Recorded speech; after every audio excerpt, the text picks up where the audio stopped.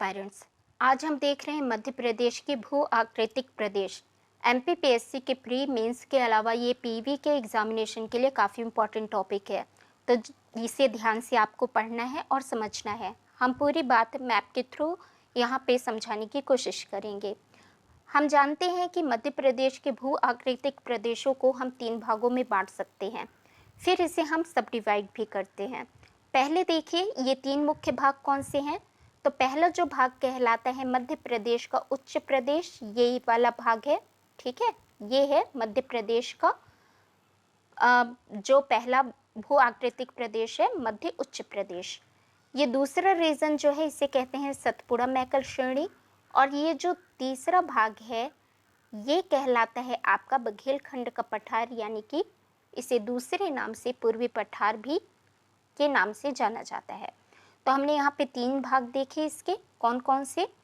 पहला मध्य उच्च प्रदेश, दूसरा हमने देखा सतपुड़ा मैकल श्रेणी और तीसरा देखा पूर्वी पठार यानी बघेलखंड का पठार। डन। अब हम देखते हैं यहाँ से कैसे क्वेश्चंस पूछे जाएंगे। पर उन क्वेश्चंस को देखने से पहले हमें ये पता होना चाहिए कि एग्जाम में किस तरह के क्वेश्चंस पूछे जाते हैं। तो यहाँ पर हम एक एक प्लेटो के साथ उन क्वेश्चंस को भी डिस्कस करते रहेंगे। फॉर एग्जाम्पल, सबसे पहले जब हम बात करेंगे, जो हमने अभी नाम लिया है मध्य उच्च प्रदेश। ठीक है, तो जब मध्य उच्च प्रदेश की बात करेंगे तो इसके 5 सब डिवीज़न हैं, है ना।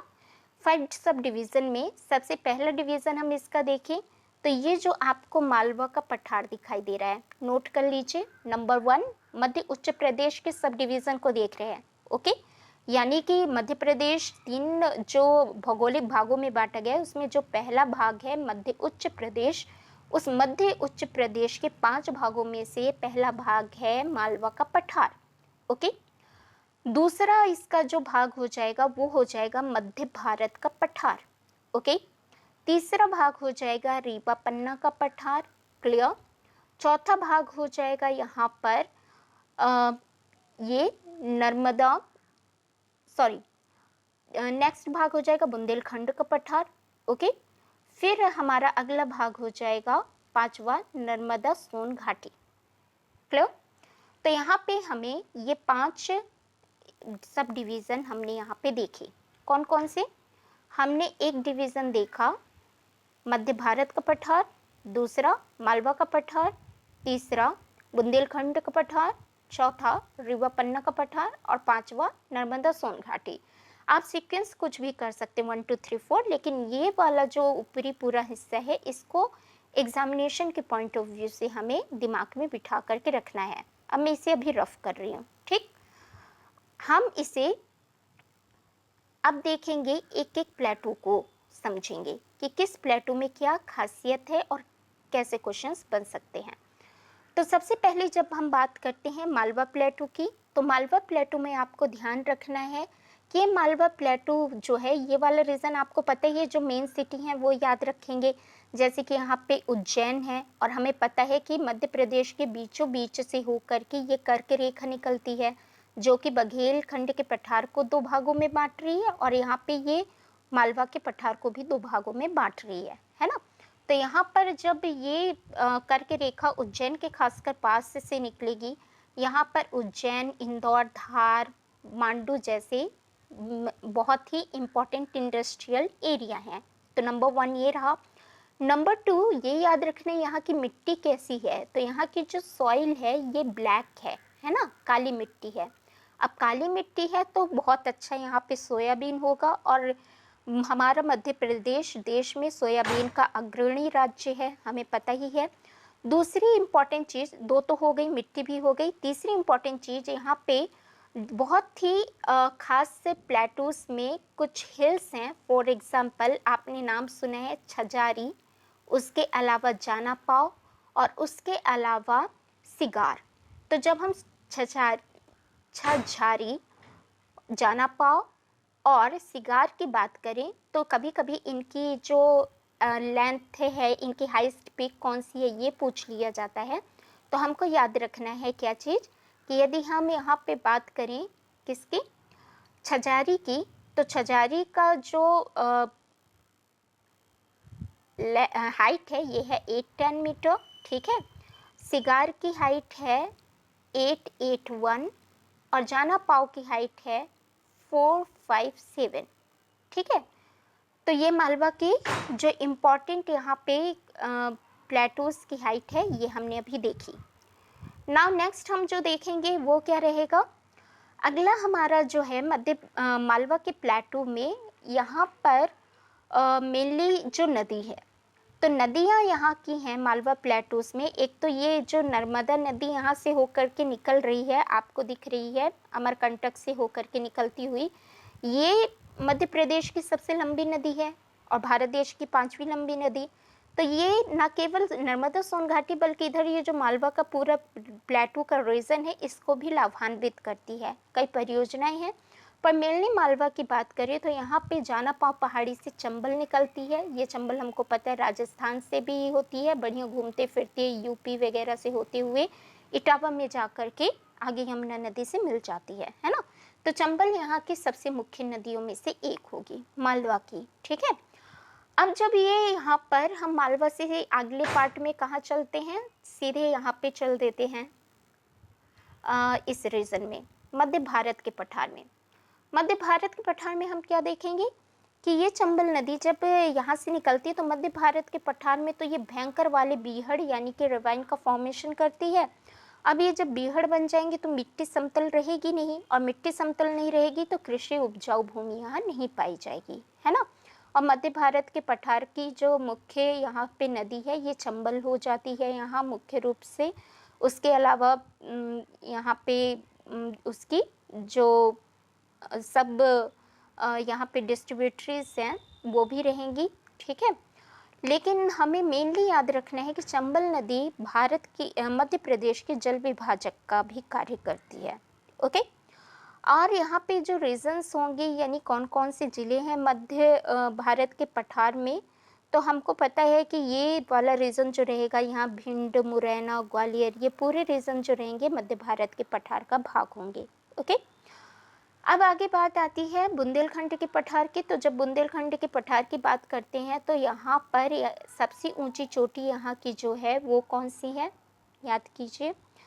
तो बुंदेलखंड में सिद्ध भाबा जिसकी हाइट है 1172 मीटर, ये बुंदेलखंड प्लेटू की सबसे हाईएस्ट पीक है।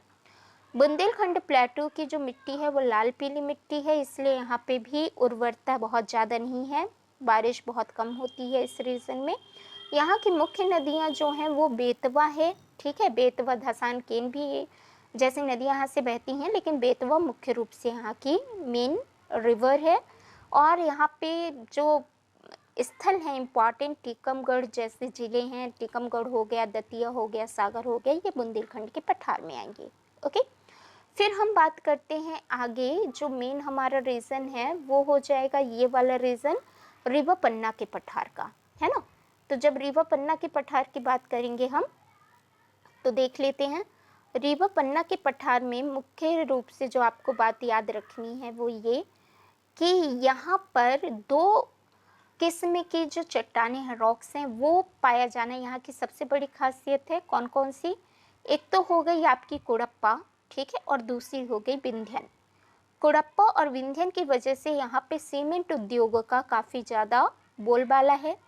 और जो कुड़प्पा वाली चट्टान है, इस कुड़प्पा की वजह से इस रीजन में हीरा यानी डायमंड पाया जाता है। और जब हम इसकी बात करते हैं किसकी, कुड़प्पा के बाद दूसरा विंध्यन शैल की, तो उसमें लाइमस्टोन यानी कि चूना पत्थर जो है उनकी बहुतायत मात्रा पाई जाएगी, ठीक है। फिर हम बात करते हैं नर्मदा सोन घाटी की। तो नर्मदा सोन घाटी एक रिफ्ट वैली है, हमें पता ही है। और दूसरी इम्पॉर्टेंट बात यहाँ पे होशंगाबाद, खंडवा जैसे रीजन को ये ऑक्यूपाई करेगी और ये काफ़ी सिंचित प्रदेश रहेगा इसका, ठीक है। और नर्मदा हमारे मध्य प्रदेश की सबसे बड़ी नदी है, हम जानते हैं। देन यहाँ पे क्या छूट रहा है, लगभग हमने सभी कुछ देख लिया। रीवा पन्ना का पठार हो गया हमारा, मध्य भारत पठार हो गया, बुंदेल हो गया, मालवा का पठार हो गया, ठीक है, और नर्मदा सोन घाटी भी हो गई, ठीक। अब हम अगले रीजन की तरफ बढ़ते हैं। अगला जो हमारा रीजन है ये हो जाएगा यहाँ पे ये वाला सतपुड़ा मैकल श्रेणी, इसको 3 भागों में बांट दीजिए। ठीक है, 3 भागों में हम बांट दिए तो एक भाग हो जाएगा बुरहानपुर दर्रा वाला, यानी कि राजपीपला हिल से जो होगी राजपीपला श्रेणी, ये वाला रीजन है जिसमें बुरहानपुर दर्रा पाया जाएगा। ओके, फिर दूसरा यहाँ पे ये वाला सेंट्रल वाला जो पार्ट है यहाँ पे मध्यम श्रेणी हो जाएगी, जिसमें ग्वालीगढ़ के जो पर्वत हैं वो हो जाएंगे। ग्वालीगढ़ के अलावा महादेव श्रेणी जो एग्जाम में हमेशा पूछी जाती है वो इसी सतपुड़ा मैकल श्रेणी के मध्य भाग का पार्ट है, जिसे मध्य श्रेणी के नाम से जाना जा रहा है। और इसी मध्य श्रेणी में क्या है, हमारे मध्य प्रदेश की सबसे ऊंची चोटी हाईएस्ट पीक धूपगढ़ है, जो कि 1150 मीटर है, लेकिन आजकल एमपी गवर्नमेंट की साइट में इसको 1360 मीटर शो कर रहे हैं, जबकि बुक्स में 1350 मीटर दिया हुआ है। यहाँ पे तीसरा जो इसका छोर रहेगा किसका, इसी सतपुड़ा मैकल श्रेणी का ये वाला भाग, ये कहलाएगा मैकल श्रेणी, और ये आपके छत्तीसगढ़ रीजन को टच कर रहा है। हमें पता है यहीं पे अमरकंटक प्लेटू है, और अमरकंटक प्लेटू से क्या हो रहा है, अमरकंटक प्लेटू से हमें पता है हमारे मध्य प्रदेश की 3 महत्वपूर्ण नदियाँ ओरिजिनेट हो रही हैं, जिसमें से कि एक हमारी नदी जो हमें कई बार जिसका जिक्र आ चुका है और पढ़ना बहुत ज़रूरी भी होता है, वो है नर्मदा नदी, दूसरी है सोन नदी और तीसरी है जोहिला नदी। ठीक है, तीनों यहीं से कहाँ से, ये वाले रीजन से निकलती हैं, अमरकंटक से होकर के पास होती हैं। अब हमारा लास्ट जो बचा ये वाला रीजन है हमारा कौन सा, बघेलखंड प्लेटू का। इसका दूसरा नाम क्या है, ये है पूर्वी पठार, है ना, क्योंकि ईस्टर्न साइड में है। अब ये इस बघेलखंड प्लेटू की जो मिट्टी है वो लाल पीली मिट्टी है, और मध्य प्रदेश में ये वाला रीजन खासकर जो चावल है ना, धान है, चावल की कृषि के लिए जाना जाता है। यहाँ पे काफ़ी बड़ी मात्रा में कृषि होती है। सोन नदी यहाँ से काफ़ी लंबा कवर करती है एरिया, और जाकर के आगे बिहार में गंगा नदी से मिल जाती है। ठीक है, और बघेलखंड में प्लेटूस की यदि बात करें तो ये काफ़ी हरा भरा और यहाँ पर मध्य प्रदेश के पूर्वी हिस्से का एक भाग हुआ। ठीक है, अब यहाँ पे जो देशांतर और अक्षांतर वाली जो बात है उसको आप अलग से पढ़ लीजिएगा, वो पैमाना आपको मिल जाएगा। इन शॉर्ट हमने मध्य प्रदेश की फिजियोग्राफी को देखा है अभी, और जब इसको हम यहाँ पे फिर से एक बार रिकॉल करें तो हमें पता है कि हमारा मध्य प्रदेश राजस्थान के बाद दूसरा सबसे बड़ा राज्य है ना। फिर इसके बाद हमको अगली क्या बात याद रखनी है जो यहाँ पे एग्जामिनेशन पॉइंट ऑफ व्यू से काम कर सकती है, वो ये कि जो ऊपरी वाला रीजन था जिसे हम अभी मध्य भारत कह रहे थे, ये यही वाला रीजन है जिसमें ये गंगा यमुना